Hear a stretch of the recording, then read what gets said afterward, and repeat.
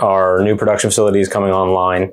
We spent the better part of most of last year, completely redoing it. It's geared towards aluminum intense vehicles as well as EV vehicles, and should definitely help us keep a forward advantage on not only the market, but also the upcoming vehicles coming out.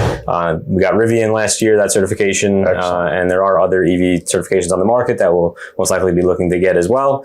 And just trying to, stay ahead of the curve and make sure that we're able to service our customers and, do the right repair every time.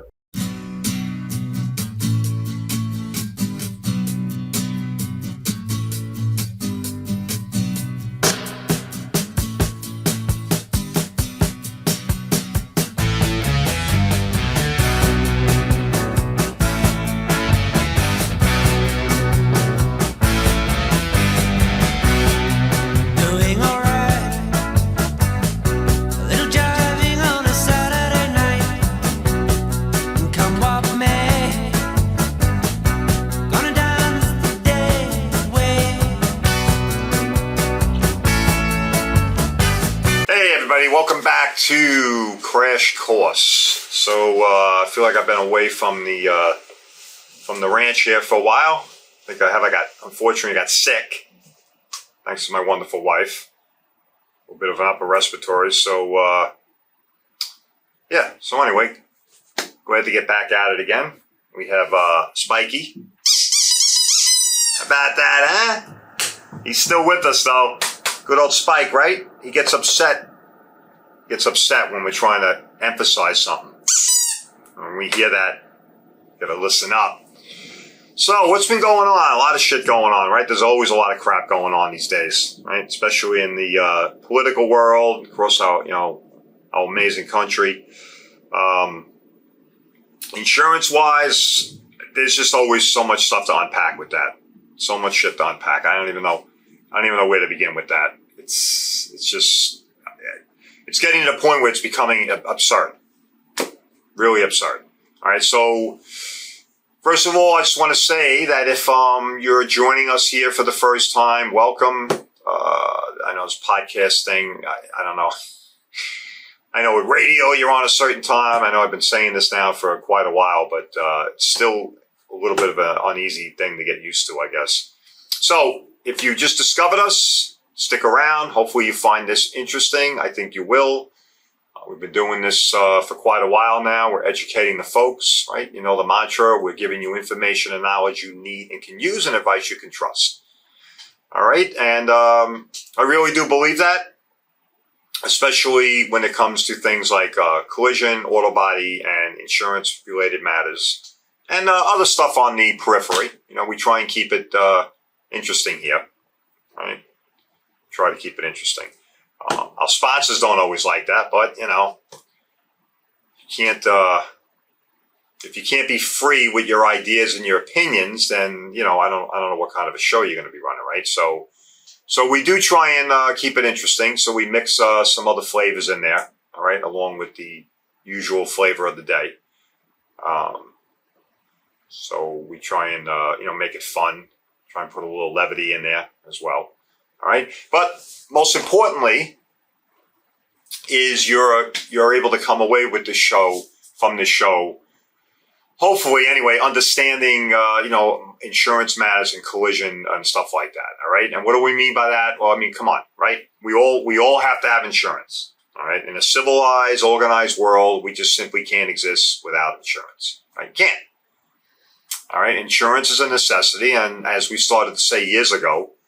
All right, not to demonize the insurance industry per se, okay, because obviously they fill a niche, they serve a vital purpose in an organized, civilized society, right? We need that, okay? I mean, come on, if we didn't have insurance, it would just be a mess, right? It would be anarchy in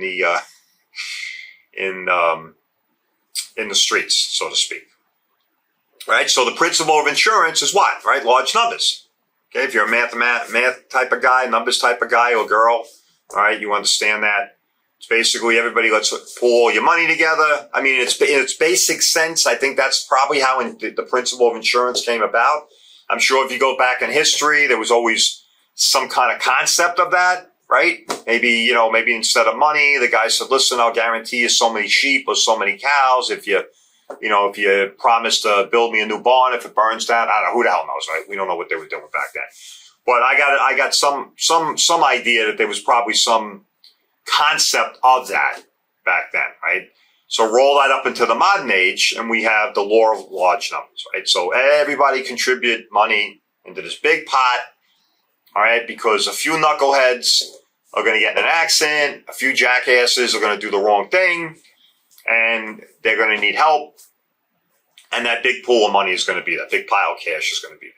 That's insurance, boiled out to its least common denominator. That's insurance.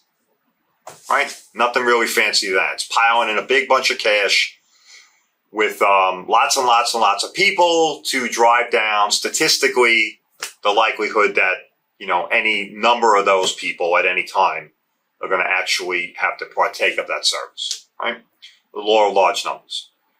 And then, of course, you sprinkle in there the underwriting part of it, and also the most important, which is we used to always talk about these people when I was working for the insurance companies as like, the enigmas, the people that get paid big money, and they get paid big money. I think they actually probably go to school. Most of them are probably either study probability or statistics. And, these are your risk management guys and stuff like that, right? These are the guys that actually try and predict risks based on a certain set of parameters. And then from that, develop, whatever the risk ratios are going to be. They try then to assign a dollar amount to that risk. All right. And that's how we come up with insurance premiums. All right. And then it's the underwriter's responsibility, he or she, to take that risk management outcome and basically apply it in a workable fashion to a policy, right? Whether it's commercial policy, a homeowners, a marine policy, a policy for, special attachments or collectibles, whatever it is. There's a risk management, there's a risk profile developed on that, whether it's an asset class, whether it's a automobile transportation class, whatever it is, and they develop a risk assessment of that and then assign a monetary value. And that's pretty much how insurance works. I mean, I'm sure there's probably people out there that are listening to this that are probably laughing and saying, wow, this guy's got some way of boiling that down to, simplistic. But that's what we try and do here, right? We try and simplify these things. It's not exciting. It's not, it's not earth-shattering stuff, but it does impact all of us, right? Whether you want to admit it or not, it does impact all of us, okay? And sooner or later, all of us will be affected by that in some way, all right? Some way. You've heard me talk statistics here with accidents. The Department of Highway Transportation and Safety, they figured out that every 10 years, think about that, folks, really not a lot. Every 10 years, most people will be involved in something. Now, what that is, I don't know. Is it going to be a serious accident? Is it going to be a multi-car accident? They just say you're going to have an accident. We'll leave it at that. So it could be a fender bender, but you're going to be involved in some kind of altercation, which means most likely you're going to have to get the insurance company involved, right? And that's where we come in. That's where Collision Services Network, all right, through Crash Course, the podcast here, we like to say that we're the voice of Collision Services Network. Which, by the way, collisionservicenetwork.com is currently being reconfigured. All right, so stay tuned. And we are planning on relaunching that. All right, and there's going to be some other stuff there that wasn't there originally. All right, we're going to be partnering up with the amazing people at Barone Media Solutions Incorporated. Right, these guys are fabulous. All right. We've been working with them for many years, and I believe that they are very, very good at what they do. Okay, and it's a very competitive industry. I get that, and and I know some people might say, "Well, you're biased and you've been working with them." True, that's okay. You could say that, but I've also had the unfortunate luck of working with a lot of other people, and they either screwed me, monetarily speaking, or their work just never came to fruition. It just never met the high bar, right? But Barone Media Solutions Incorporated, I really think that this is a great company, a great bunch of folks. They really know how to listen, which is important. Right? They really know how to listen to what you need, what you're trying to do. All right, whether it's marketing, advertising, promotional, increase your social media footprint, right? Like we do here at Crash Course. All right, they're all over that kind of stuff, and other stuff too. They got, I heard they got into drones now. So if that's your thing, you like flying drones around, taking pictures. I mean, I know what you do with a drone. They can help you with that too, and also videography and things like that. Right, we've shot some really cool video with them. In fact, I want to give everybody a heads up. This is August, yes. So a few episodes back on Crash Course, we were fortunate enough to have a guest here who was intimately involved in getting Long Island a new drag strip. And we had a good time with that. We talked to him a lot about, you can go check that out. We talked to him a lot about that. I don't know if you're into cars and listen, and just full disclosure, folks, I know that these podcasts can be viewed and heard all over the place. All right. So obviously I'm coming to you from Long Island, New York. All right, Suffolk County, more specifically. So, if you're watching the show or you're listening to me, that's where this is coming from. Okay, so more of a regional thing, but regionally speaking, here for us in Long Island, Suffolk County, we went from being one of the landmark areas for racing, for auto racing, drag racing, to literally nothing. We literally have one track now left, which is Riverhead Speedway. All right, which has been given a historical designation. Thank goodness, because now they can't do shit with it. But at any rate, so we had him on, and we spoke about what had gone on with this, specifically a drag strip. And I was shocked. I was even surprised. I live here, and and I had spoken about this on when we had the radio show. We had a couple episodes around speaking about Long Island's history, very rich history in the automobile racing. And I don't know, I just figured it was obliterated. So if you live here in Long Island, right, if you live here in Suffolk County, you see guys driving around even today. And they had the bumper stickers, right? And the bumper stickers would say, Long Island needs a drag strip, right? So I was pretty baffled when I heard that we had indeed had a drag strip again. So if you live on Long Island, specifically in Suffolk, okay, and Nassau also, of course, and the boroughs for that matter. I mean, there's people that come out here on the weekends. If you head over to the old Calverton property, all right, in Calverton, New York, it's a huge, gigantic airstrip out there. In fact, I used to skydive there. It was a skydive center there a number of years ago. Gigantic airport. I mean, you could land, all kinds of big jets. It's the old Grumman's property. They used to fly the F-14s out of there. So these guys got together with the town of Brookhaven and some other people and some other brain trusts, and they were able to get everybody to agree. And they basically turned this airstrip into a drag strip. Pretty cool, right? I mean, it's nothing official. It's not going to be on the NHS or whatever the designation for these racing guys. It's still a drag strip. You can go out there and you can have a great time. It's still catching on, but it's from what we heard, it's continuing to become very popular, and they continue to draw pretty big crowds, and the crowds continue to grow every season. I believe he said to us that they start in August and they go to, I don't know, beginning of October. I don't know, some shit. It's tightly regulated, of course, because they have the green spotted fly or some shit. I don't know, some kind of bug or rodent or something lives out there, and they're only allowed to do this certain time of the year because they don't want to disturb this thing. I don't know. But at any rate, I believe in August is when they start, and they go through September. Pretty cool. They have go-karts, which is pretty cool. If you're into that kind of thing, they have go-kart racing. And check it out. All right. What's that? He's getting all worked up, man. It means listen up.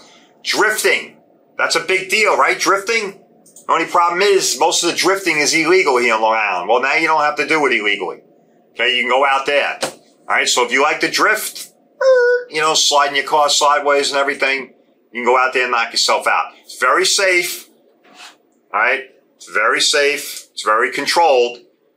All right, and you have to meet certain requirements and things like that. But the bottom line is you can do it. You can do it legally and safely and not have to worry about getting arrested. All right, so check that out. It's out of the old Calverton property out there. It's a drag strip, go-karts, and drifting. And we're going to try and get out there. I want to try and get out there once and get some video for you guys and get that up on our Reels and on our YouTube channel. All right, we're going to visit them and shoot some video out there and check it out firsthand, see what the hell's going on out there. All right. Anyway, that's what's happening there. So let me just say this. Okay. There is so much, folks, so much here in New York. All right. Now, I can't speak, obviously, for the rest of the country, although I have a pretty good idea what goes on in the rest of the country on this topic, which is the insurance company and the collision industry. So here in New York, and more specifically on Long Island, insurance companies have managed to literally control the process. Now, what do I mean by that? Well, you have companies like State Farm and Allstate who have literally destroyed the process. All right. Now, the process is you get in an accident, you call your insurance company, you make a claim, you go to a body shop, right? You drop your car off, or God forbid it gets towed there. They send a company adjuster out. He negotiates with your representative. It's your representative, folks. When you choose a body shop, most instances, they're going to have you sign what's called a designated representative, a DR. And now here in New York, that's very important. Okay, it's a very critical thing to sign because what it does is it gives you a body shop the ability to stand in your shoes. So when the insurance company comes in and they want to discuss the car, the claim, or any aspect of, it's like they're talking to you with that designation. It's called a designated rep. Okay, it carries a lot of weight. It's also backed by regulation in New York State. So they have to, okay, they have to deal with me, all right, because I work at V&J Auto Body, or, your body shop rep, the same way they'd have to deal with you. Obviously, to an extent, all right? I don't want to over-dramatize this here, okay? Because contractually speaking, right, I'm not a party to your contract. Okay, so there are limitations to that. However, when it comes to negotiating the claim, speaking about the claim, anything to do with the repairs to the vehicle, that goes through me as your representative. And then you're supposed to negotiate with the goal of getting an agreed price. It's all in black and white. Okay? Well, Allstate and State Farm, right? Do you have Allstate and State Farm? Okay, then you should listen up. Tell him, Sparky. He's getting all worked up, man. When you hear him, it means listen up. If you have Allstate and State Farm, you need to understand what's going on here, folks, because it's getting bad. How bad? I'm going to tell you. So they have now succeeded in actually destroying the process. It was bad enough that they were on the periphery doing things that were, unethical at best, worst, out and out just violating the regulation here in New York. Now they've just shattered the process. Now, what do I mean by that? So the process is, like I just started to describe to you, okay? I negotiate on your behalf. I'm negotiating on your behalf, not my behalf, your behalf. See, that's the other thing. People don't understand.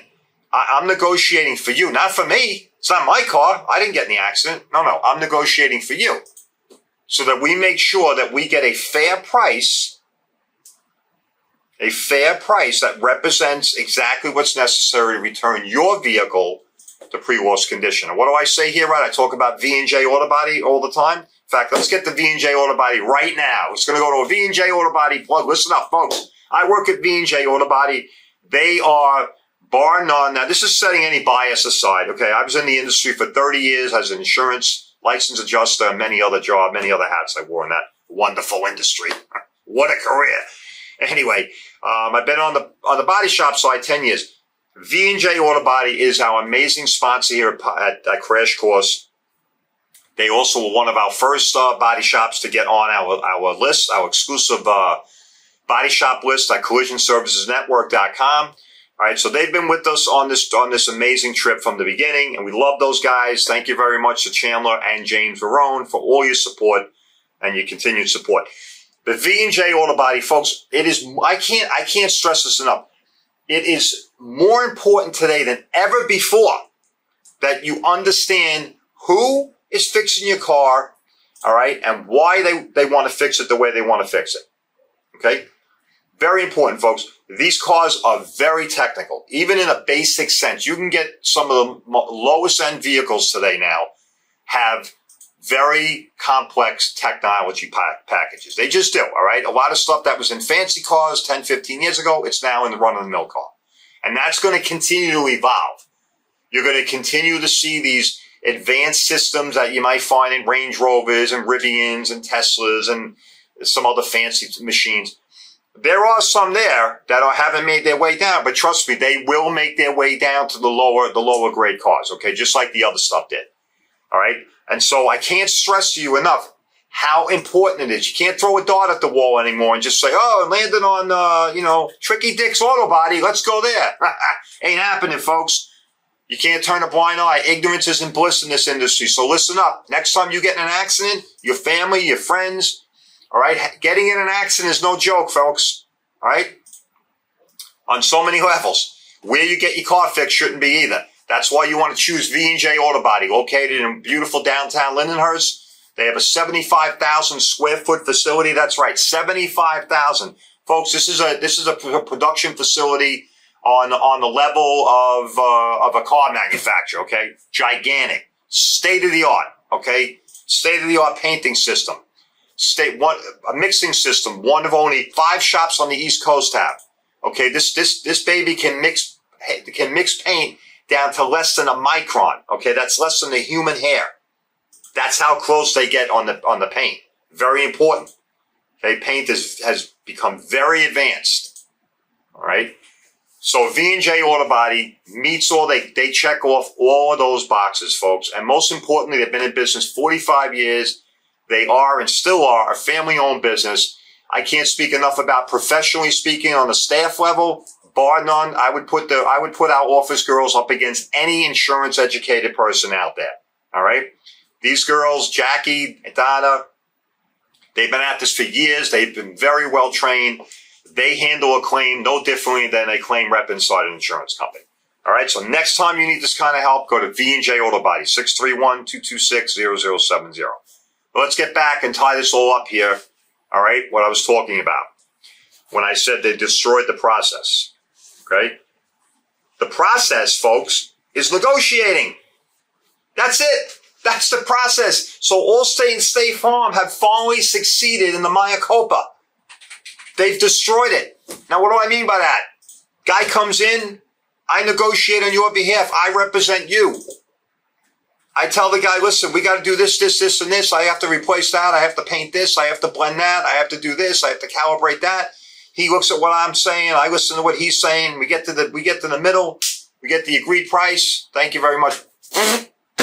Gone. Destroyed. You know why? Because the minute that guy walks out the door, that estimate gets reviewed by some third-party jackass that I haven't even spoke to. I don't even speak to him. I never see this person, speak to him, confront them. The estimate I get is revised. It's revised. Okay? So they've blown up the process. Now, why is that important to you? It's significantly important to you because if I can't negotiate in good faith with their representative and get an agreed price, which I can't anymore because now some jackass somewhere else sitting in his underwear in a closet looks at it and says, I don't think you need this, this, and that. I don't think you need that much time, and cuts it all up and sends me back an estimate that I never agreed to. Well, where does that leave you? Remember, this is your car, your accident, and your insurance company, not me. That leaves you holding the bag. Because if I need $5,000 and I only get $4,000, whoops, we got a problem. All right? So And it's getting bad, folks. It's getting deep. Now, thankfully, the other companies haven't addressed this as severely, although it is starting to seep in, even with other companies like Progressive, Geico, and some other guys out there. All right. But if you have Allstate and State Farm, you better wake up. Okay? Better wake up real quick because a lot of shit's happening over there and it's not good. Folks, remember I told you, I'm going to end it here. I told you about this episodes ago about a thing called a copay. Right? You get a nervous twitch when you hear that? I do. Copay. Right? Think about health insurance. Well, this shit's already happening in certain parts of the country. Body shops are actually billing customers on a copay basis. So on top of your deductible, you get a copay. Well, guess what the copay is for? It's for all the shit that the insurance company decided I didn't need to help to fix your car. I do. So these other guys in other parts of the country said, well, we can't do this anymore. Profit margins are shrinking, have shrunk incredibly, and now they continue to shrink. I can't stay in business. So here's a copay. And you have to sign that before the repairs even start, which means you owe me $500 on your deductible, and you're going to owe me X amount of dollars on the repair because the insurance company simply will not give it to us. All right, so next time somebody says to you, who gives a shit, doesn't have anything to do with me, wake up. Because this is coming to a movie theater near you real soon. All right, I think we're going to end it there. I want everybody to stay involved. All right, listen up, stay informed, stay involved, stay informed. And of course, keep following us. Folks, don't forget YouTube. Go to YouTube. We have a really cool YouTube channel and check us out on Facebook. All right, I'll see you on the next episode.